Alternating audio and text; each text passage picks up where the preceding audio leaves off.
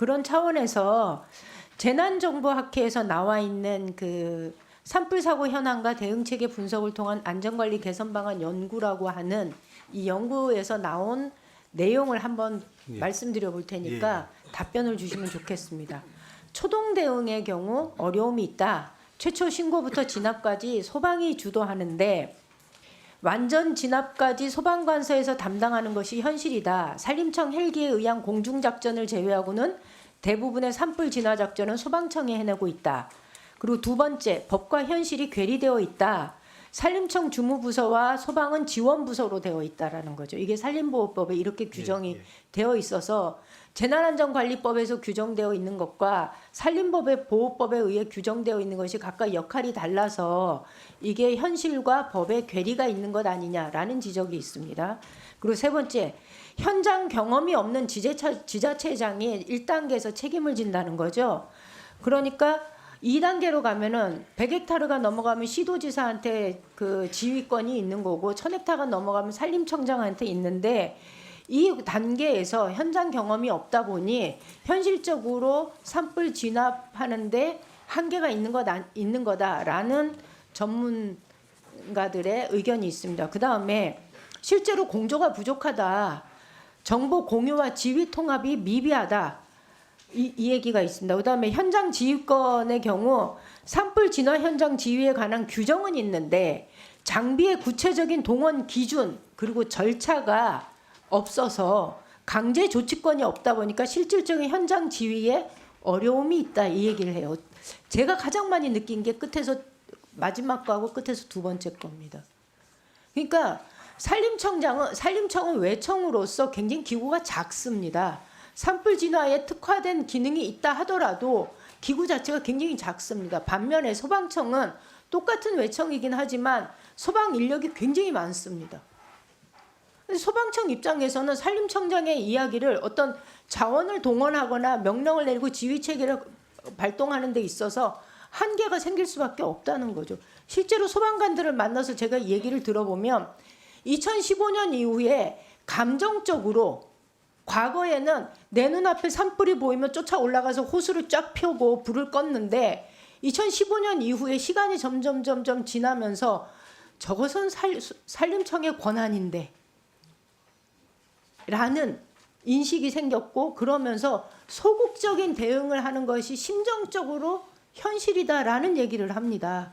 그러면 산불이 이렇게 커지는 상황에서 단독 지휘 체계가 아니라 소방청과 산림청의 공조 체계로 지휘 체계를 구성하는 것이 훨씬 더 효율적이지 않느냐라는 의견이 있는데 이 부분과 관련된 견해를 좀 주시면 좋겠습니다. 예.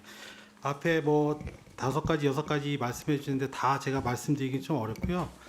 그 마지막 거 두 번째 말씀드리면 지금 현장 그 소방 기본법에 의해서 소방은 산불에 대한 지원을 해주도록 그렇게 돼 있어요. 소방 기본법에 이렇게 돼 있습니다. 산림청이 운영하는 산림보호법에 돼 있는 게 아니고 그리고 재난기본법에 보면 산림청장이 산불 재난 주관기관도 있고 그렇게 돼 있고요.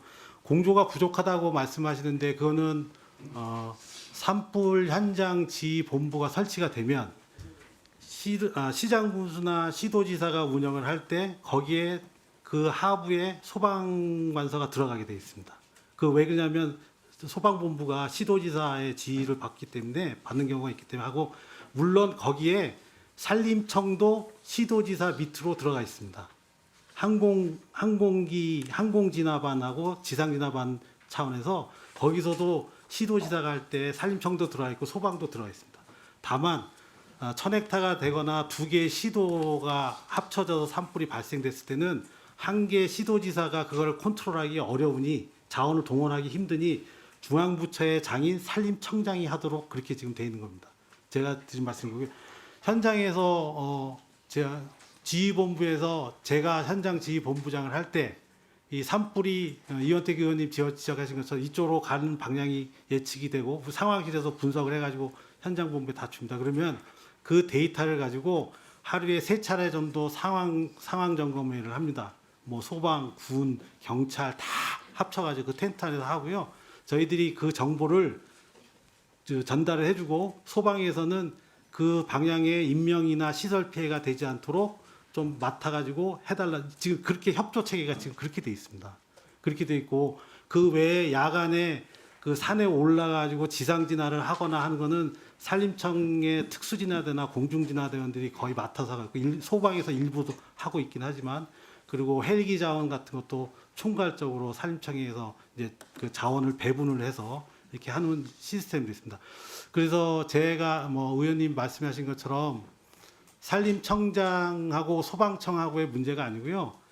지방자치단체장하고 산림청하고의 문제인 것 같습니다. 왜 그러냐면 소방관서는 현장에서는 시도지사의 뭐 지휘라든지 그런데 협의가 잘 되고 있고 또 나름대로의 산불 진화나 경험이나 역량 같은 거는 정보 분석이나 이런 거는 산림청에서 잘하고 있기 때문에 거기서 컨트롤 타워를 역할을 하고 이제 그 각 잘하는 시설 피해라든지 인명 대피라든지 이런 것들에 대해서는 각 분야에다가 같이 협업하는 시스템으로 이렇게 돼 있습니다.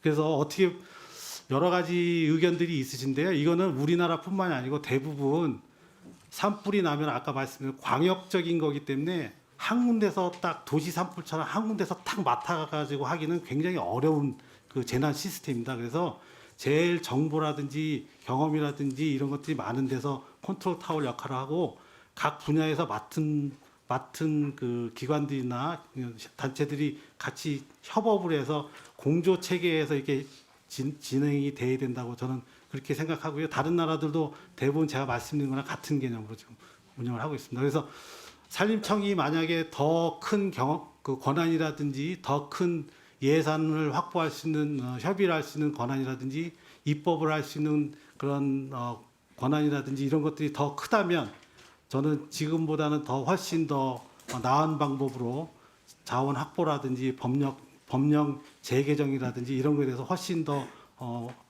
조금 속도감 있게 진행할 수 있지 않을까 저는 그렇게 개인적으로 생각하고 있습니다.